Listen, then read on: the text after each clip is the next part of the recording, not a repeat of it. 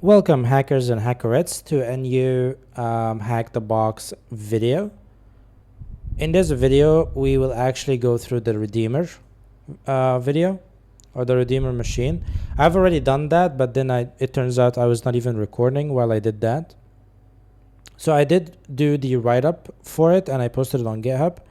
I'm going to leave the link to the description for the write-up. But right now we're going to go through the video, or sorry, we're going to go through the machine real quick together so that you can know how to do that.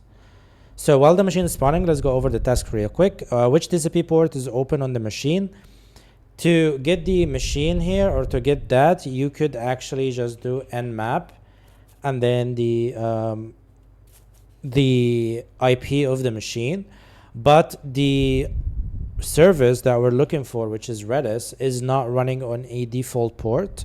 So 6379 is not the default port for Redis. So nmap is going to actually come without any result.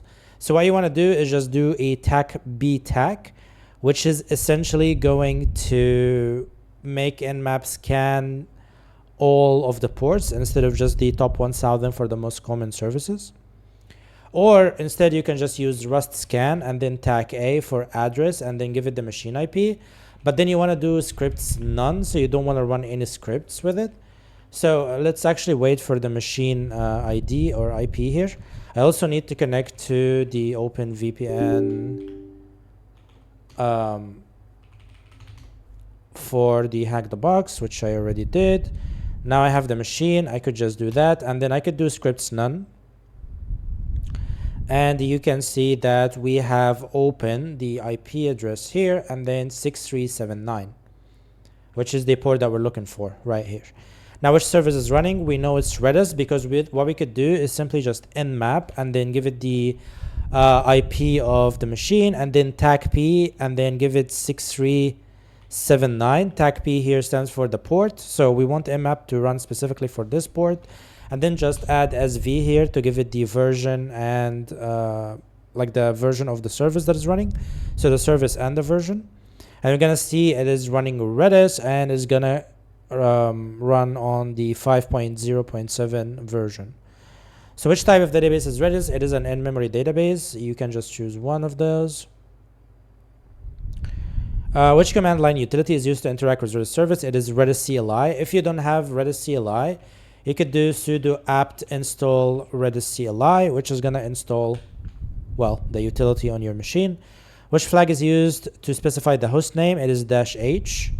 So that means you could type redis-cli -h and then the IP of the machine, and then you're going to be connected to Redis on that machine. Once connected to the Redis server, which command used to get information and statistics? So it is info. If you write info, you can get a bunch of information about the memory, the server, etc. about Redis. Which version is running? We already know that because we run nmap with SV.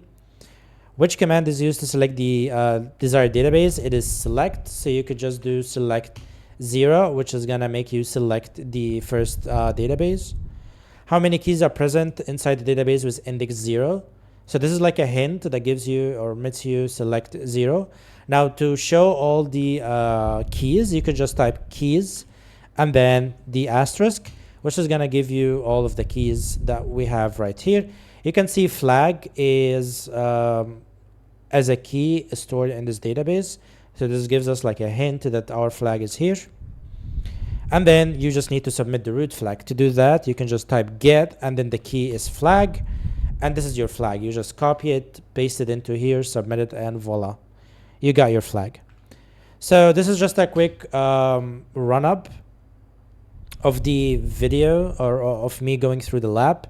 I recorded that while I was solving it, but it turns out I was not recording.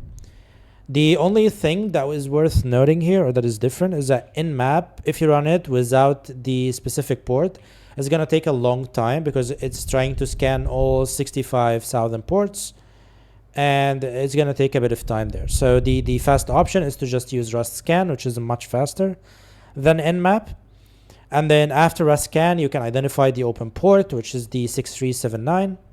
And then you can run nmap on that specific port. This is actually something that you'll be using a lot in real life whenever you're doing an nmap scan. So instead of running nmap blindly on all ports because it is slower, you're gonna run russcan, grab all the ports, and then run nmap on these specific ports that russcan detected, which is at least what I've been doing in my own nmap scans. So yeah, that's it. Thank you for watching. The write-up is available on GitHub. I'm gonna add a link to it in the description. Give me a like, give me a subscribe, give me some comments if you like these videos, or even if you don't like these videos, comment about why you don't like them, give me some constructive criticism. This channel is still an infant and I'm trying to grow my video library and give back to the community, because I learned from the community. I learned for free. I am a self-taught, so I'm just trying to do my best to give back to the community.